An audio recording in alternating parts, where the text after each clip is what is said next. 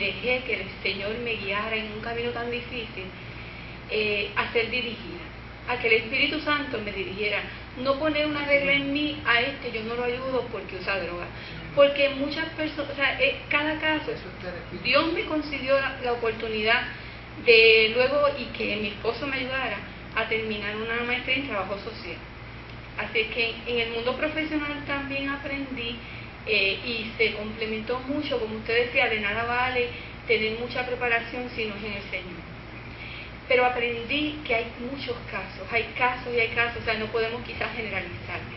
Quizás en mi caso, como esposa de un ex adicto, yo tuve la oportunidad en muchas ocasiones de ayudar, y lo tengo ahora, y quiero que lo tomen con cuidado porque es una experiencia mía personal y probablemente usted está siendo dirigido al no darle a alguien. Pero en mi caso particular, cuando yo le doy, por ejemplo, un hogar CREA a estos jóvenes que van con lata, que quizás no es la mejor manera de pedir, ¿verdad? Hay otras maneras mejor. Pero yo como esposa de un adicto, cuando yo probé muchos programas cristianos, hogar CREA, lo que era DESCA, y ustedes no tienen idea de cuando un familiar deja a un adicto en uno de estos programas, aunque uno sepa en el corazón que probablemente a los 3 o 4 días se va, uno esa noche descansa y duerme. Yo dormía como una reina esa noche, porque esa noche yo iba a coger fuerza para quizás a los 3 o 4 días comenzar a hacer una batalla. Así es que aunque esos programas quizás muchos sean imperfectos en unas áreas, pero en cierta manera en algo ayudan. Así que yo en ese caso en particular, a veces ese adicto, hay algo que les quiero alertar, ellos son muy astutos por el mundo en que desarrollan y tienen unas habilidades que a veces uno se sorprende. Recientemente ellos están utilizando una estrategia de que se acercan en los sitios donde uno compra comida rápida y le piden para comer. Ellos te dicen, cómprame algo que tengo hambre. Y es para, ¿verdad? A veces te dicen, tengo un hermanito que tiene hambre, pero la mayoría de las veces, y casi el 99% es para llevarse lo que usted le compre en el bolsito y se lo revenden a alguien, muchas veces en un residencial se lo venden más barato de lo que lo compran. O sea, personas los mandan a comprar esa comida y entonces ellos obtienen el dinero para ir a la droga. El adicto va a obtener la droga de donde sea, la va a robar. Es una situación bien difícil y probablemente muchas veces sea mejor no darle, pero en ocasiones Dios va a dirigir a uno hacia ayudarlo. En mi experiencia yo no les doy a ellos porque yo una vez la guagua mía me desvalijaron. Yo lo que sí siempre he hecho en la iglesia es que estoy pendiente a los mensajes y cuando el pastor o alguien dice que alguien de la iglesia está en una necesidad, yo saco de mi bolsillo y le doy algo a ese hermano. Bueno, yo puedo decir que Cristo siempre es fiel y uno no puede si uno va a dar una ofrenda tiene que darla, no puede imponerse uno, mira, esto lo va a coger para lo que él quiere. O sea, si es una ofrenda, es una ofrenda. Y mucha gente le dice a uno, oye, tú diezmas ¿para qué? Porque no te pones tú en la iglesia para que te hagas rico. Yo no le doy porque imagínate si ando ligando un poco. O sea, si uno vamos a lo mismo del adicto con el pastor, el que no quiere dar, siempre tiene una excusa para no dar. Y papá Dios es que le va a hablar de por aquí para que sigue y no le da la pesetita, lo que sea. Pero para redondear, miren, yo escuché un reportaje en cable donde pude ver por primera vez la gran necesidad que tiene el adicto. El adicto encontró en la droga una forma de levantar el ánimo y es una experiencia que va apagando en el cerebro la forma natural del ser humano sentir. Y entonces cuando el adicto deja la droga, no se siente como un ser humano común y corriente. Tiene una imperiosa necesidad de sentir lo que normalmente nosotros sentiríamos, las alegrías, las penas, todo lo que Dios ha hecho de la vida, que es, ¿verdad?, lo que diariamente nosotros nos tenemos que confrontar en la vida, y ellos perdieron ese sentido muy frecuentemente. O sea, que ese cerebro ya está, como decir, calloso, no le permite sentir. Y entonces o sea, no solamente es la necesidad física de la droga, es una necesidad emocional, es una necesidad de volverse a sentir vivo, ¿ves? Y entonces, si nosotros empezamos a entender todos estos procesos, pues nos ayudan a sentir compasión, a no despreciarlo, a tratarlo con toda dignidad. Muy importante. O sea, nosotros como creyentes tenemos que ser diferentes al mundo. Y nosotros, cuando Cristo ministró sobre el mundo, sobre la tierra, ¿a quién se dirigió Jesús sobre todo? A los más débiles dentro de la humanidad. Al pobre, a la mujer, al esclavo, al niño. El niño era un objeto. A los viejos. Probablemente. Las viejas también. No tenía eso en mente. Pero muy probablemente. O sea que dentro de nuestra sociedad, ¿cómo nosotros tenemos que mostrar lo que vivimos, lo que creemos? Pues miren, con los más débiles, porque nosotros la tendencia es asociarnos, y especialmente a la iglesia, ¿verdad? Cuando llega alguien conocido o con prestigio o con recursos, pues nos gusta sentirnos asociados a esa gente. El Evangelio es todo lo contrario, es absolutamente todo lo contrario. Nuestro honor debería ser: hemos sido respetuosos y hemos tratado con dignidad al más despreciado de nuestra sociedad. Y eso lo dicen hasta los políticos. Así que cuánto más nosotros los cristianos. Bueno, un detalle que no se me gustaría que se me quedara. ¿Por ahí hay algo más? Lo dicen, pero No. Ok.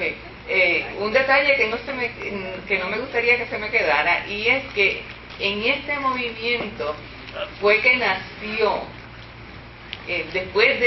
renació, después de muchos siglos de estar dormido o dormida, las misiones. Hay momentos en la historia de la iglesia donde las misiones sí tienen alguna atención, y lo vimos quizás en el siglo VII, donde se empezó a cristianizar después de la caída del Imperio Romano.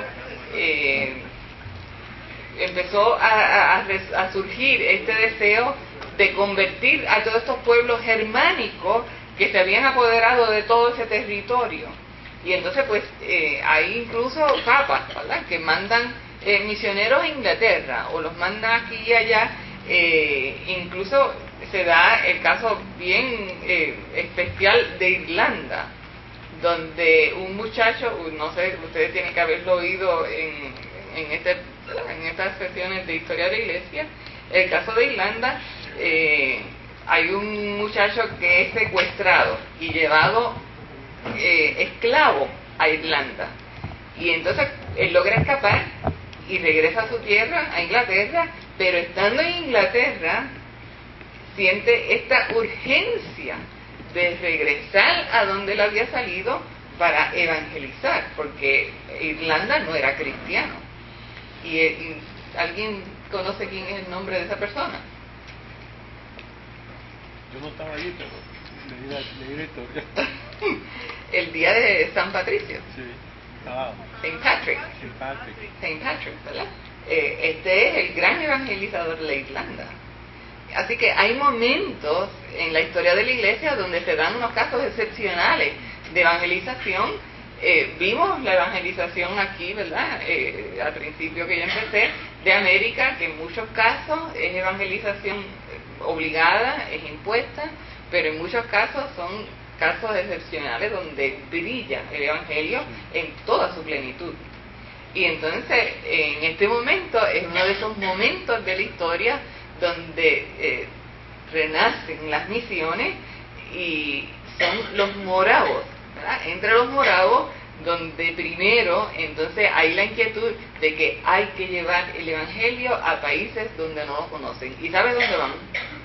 En este viaje donde estaba Wesley, iban a Estados Unidos, pero antes de que fueran a Estados Unidos, vienen al Caribe. Vienen al Caribe.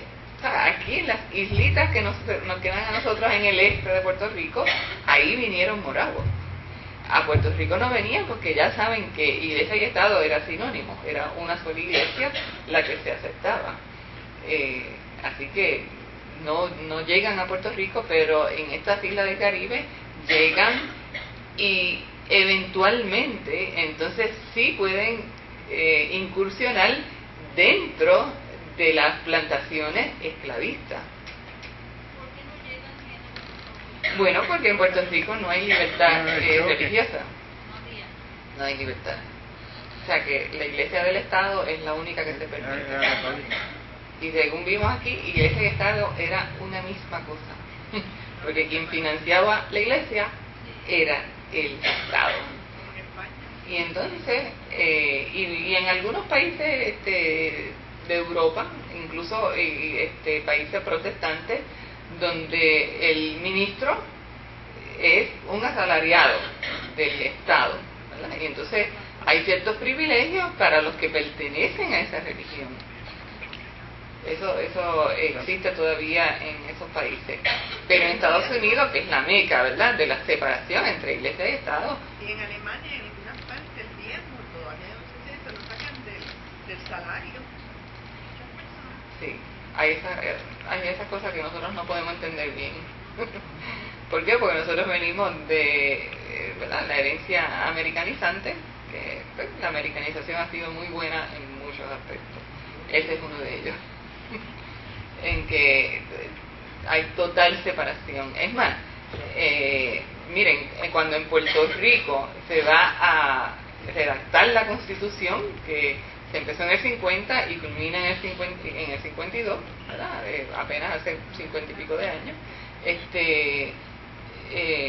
a Puerto Rico se le añade adicional a lo que se trae de Estados Unidos. ¿Para qué? Para garantizar total separación.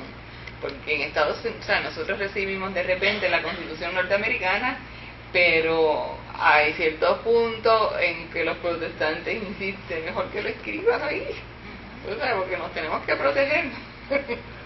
Y son los protestantes quienes dan la pelea. Y entonces nuestra Constitución pues hace esa separación, o sea, ese énfasis. Bueno, así que da el movimiento misionero. Vienen al Caribe. Hay algunos reinos o algunos monarcas en Europa que le dicen a los moravos, por favor, ¿por qué de entre ustedes no escogen alguno y nosotros los auspiciamos? ¿Se fijan? O sea, no solamente es en los moravos, es que en otros reinados de Europa también se da la acogida. Y ni hablarle que esto, ¿verdad?, va cogiendo fuerza a través de las décadas, y esto es una explosión en el siglo XIX. Aquí estamos hablando de fines del siglo XVII. Siglo XVIII va cogiendo fuerza, pero en el siglo XIX eso hace una verdadera explosión misionera en todo el mundo, y todavía hoy estamos cosechando lo que con increíbles dificultades, misioneros que se fueron al fin del mundo y en las circunstancias más adversas que ustedes se pueden imaginar, y que hoy todavía estamos cosechando. Los norteamericanos fueron uno, pero el movimiento nació en Europa, de hecho, especialmente entre los ingleses. Y había estas normas de que, por ejemplo, se tomaba literalmente cuando Jesús dijo, vendan todo lo que tengan y salgan a predicar, y no lleven ni alforja, ni esto, ni lo otro, y si yo vayan con lo que tienen. Y entonces pues se cogía literalmente esto, y entonces la gente que tenía recursos lo vendía todo y se iba a depender por fe. Pero el Espíritu Santo respondía.